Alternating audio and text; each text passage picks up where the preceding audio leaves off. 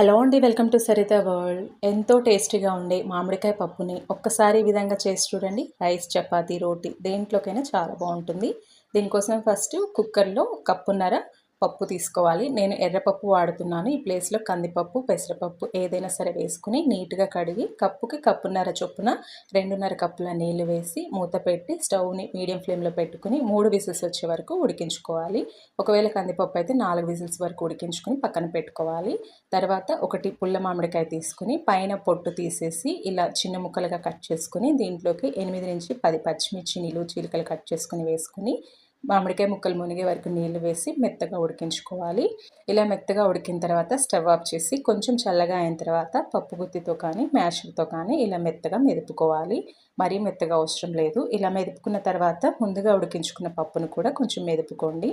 ఒకవేళ మీకు కొంచెం కచ్చపచ్చగా కావాలంటే మెదపాల్సిన అవసరం లేదు.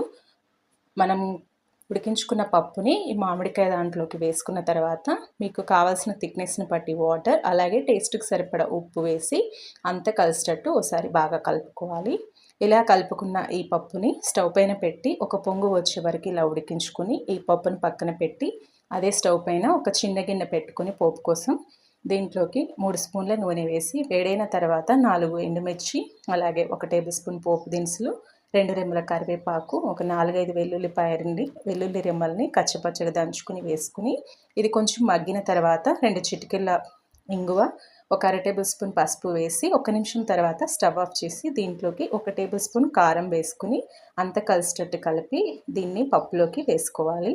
పప్పులో వేసిన తర్వాత ఇదంతా కలిసేటట్టు కలుపుకొని చక్కగా సర్వ్ చేసుకోండి. నిజంగా చాలా బాగుంటుంది. ఒక్కసారి ఈ విధంగా చేసి చూడండి.